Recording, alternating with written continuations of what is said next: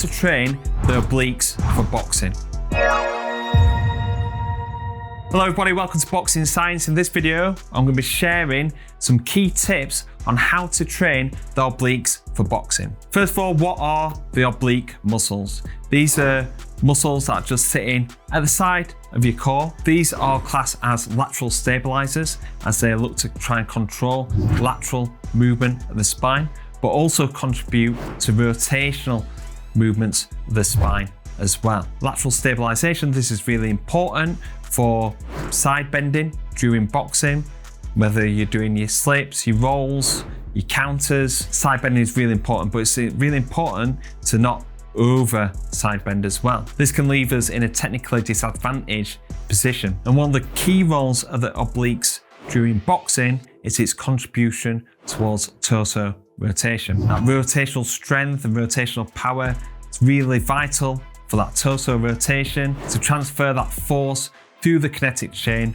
from foot all the way through to the fist. This is a key link to transfer that force from the lower body through to the upper body. If we're not stable and powerful through this rotation, we're going to see energy leaks. So this is from a technical perspective, but from a physical perspective, we've actually looked at some correlations between a max effort pull-off press isometric assessment. We're looking at peak rotational strength, and we've seen that performance on this strongly correlates with performance on the landmine punch throw. Increased rotational strength will equate into harder punches. So this test has been introduced into the Boxing Science testing battery. Most boxers that come through to do their testing battery for the first time, if they haven't been on the Boxing Science program, are often below the average and below the standard that has been set by Boxing Science athletes. The reason why is because in traditional boxing training, in their core training, the obliques are often underdeveloped and underactivated. Think about some of the exercises that you might do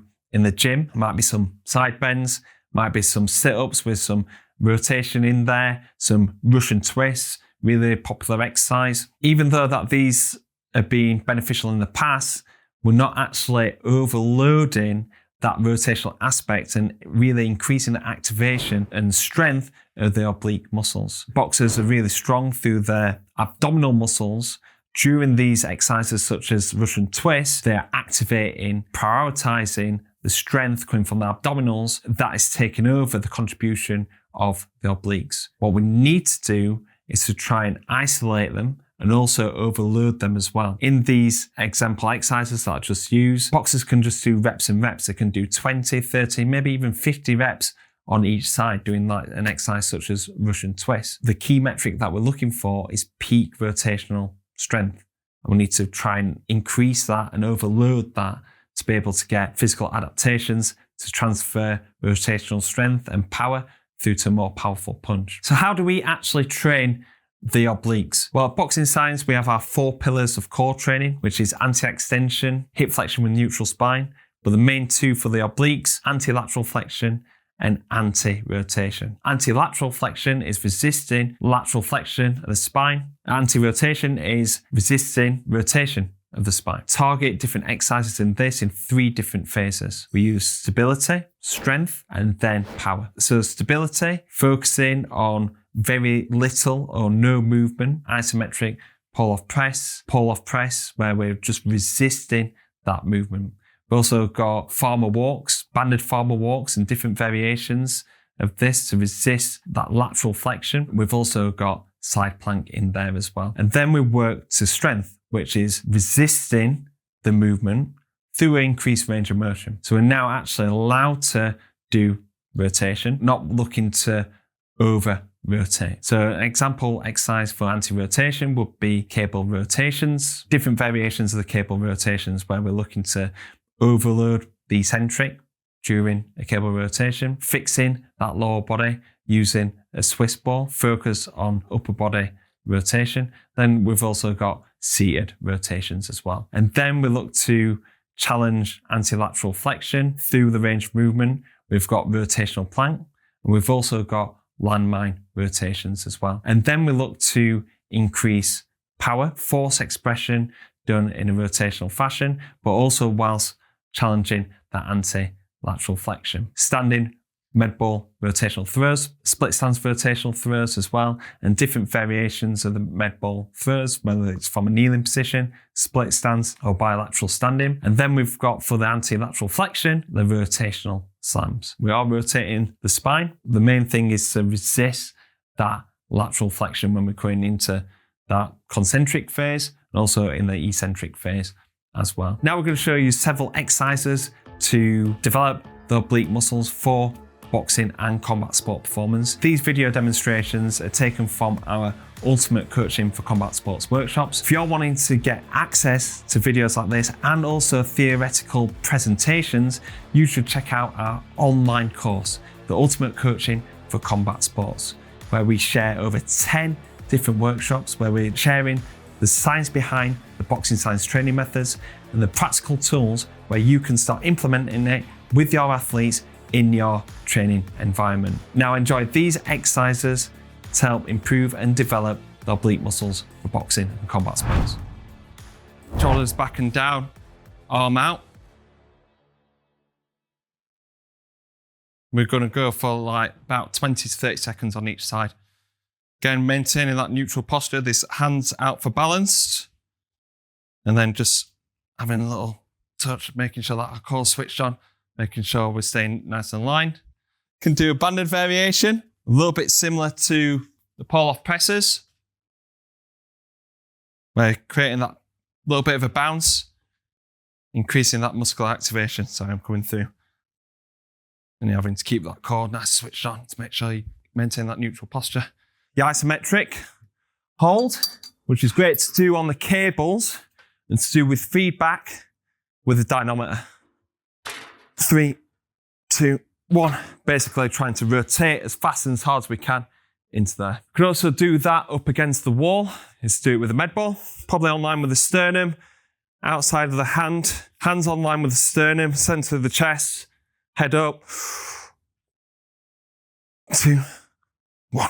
So you'd probably hold, start a camp, around about 5 seconds holds, doing about 4 reps. Then you go into your high threshold ones when you're going into like complexes, when you're going into doing isometrics, pairing it up with a rotational throw. So then you go 3, 2, 1, relax.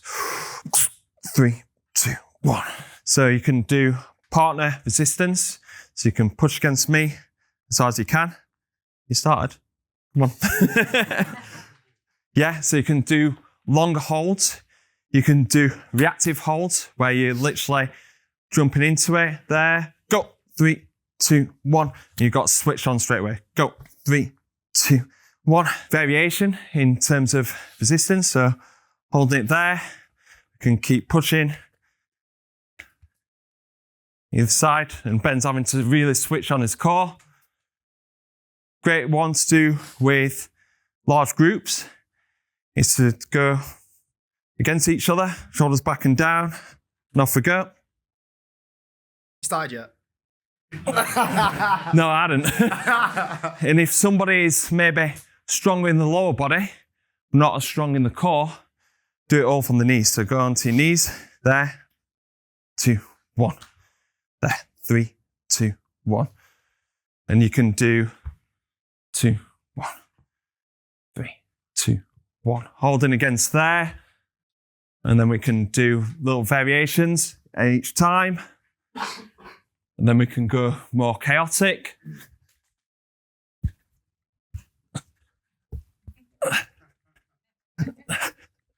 And the obliques having to really switch on for Ben to try and stay in that center position. There. I'm having to hold that position straight away. You might want to step in a little bit. Yeah, that's it. Good.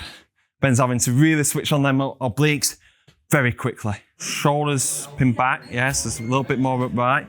Good. Now rotate into it, yeah. Feel that a bit more, yeah? 2, 1. Good. Stomach nice and tense there. And off we go. 4, 3, 2, 1. Good. All I'd say there, shoulder position, you're a little bit like this. Okay. You got to keep them shoulders back and down as much as you can, yeah? Just step out just a little bit this way. No, step that way, that's it. Pull that chest out, belly button tucked in there. Good, and go. 3, 2, 1. Feel that a little bit more there? Feel it more in your obliques? And we're going to be controlling that range of motion, trying to increase range of motion each time without moving the hips, okay? We're not wanting to get the hips involved because we're primarily wanting to work on the oblique strength here. What you definitely don't want to do, just have your hips in no man's land there, having a little bit of contribution. If you want to get your hips through, make sure they're all the way through. You're not just wanting to move your arms. You're wanting a trunk rotation. So you're not wanting to go there, cable rotations, and actually all what's moving is your arms. Handle on line with the center of your chest, moving that chest round all the way through. Again, using the analogy for boxers, you've got a sponsor on your top, you get more money for more people that see it. Swiss ball variation to help lock in that lower body a little bit more. Squeezing in the Swiss ball, pushing into the floor.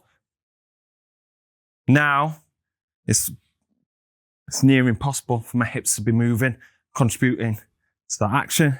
So I'm going to get a lot more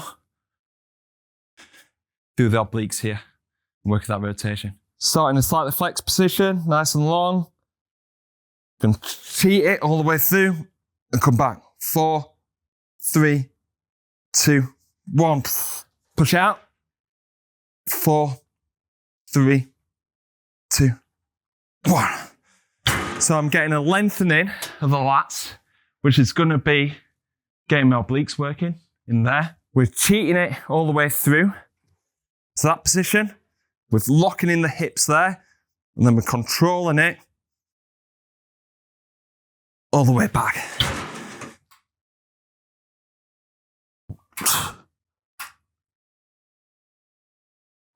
So this exercise here is antilateral flexion again, okay?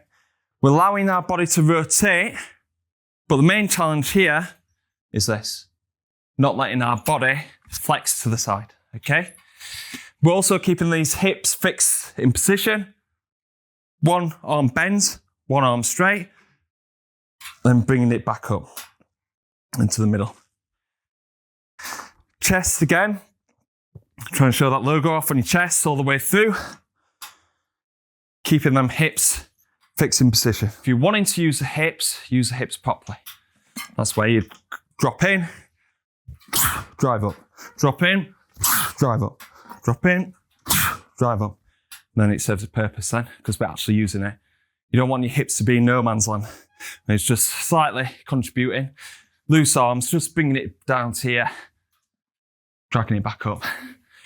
Full tension, pull it down, drive it back up into center. Pull down, back up into center. I want you to rotate to the side, into the side plank position.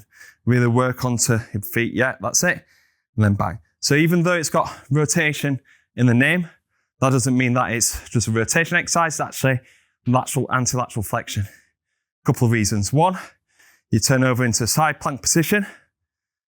So the emphasis is to keep these hips up, obliques having to switch on there to hold that position. Go back. Then the first movement, so if you turn to the other side this time, Ben, so you see this first movement here, Ben's hips are shifting across. The challenge there is to pivot, okay? So go back. So I'd get broomsticks, basically your challenge there, Ben. Pivot within these boundaries here, okay? Off we go. Pivot, pivot, pivot, good. Then back. I'll give you a little bit more room. Yeah. Pivot. Good. So what you're doing now, Ben, is just compensating through this back here. So try and keep your belly button tucked in as you pivot, yeah? So you feel it a lot more when you're doing it this way, Ben, yeah? Okay guys, so that's the end of this video. Thank you very much for watching. If you've got any questions, leave them in the comment box below. And like I said before, if you're wanting to get more information about our training methods, go and check out the Ultimate Coaching for Combat Sports online workshops.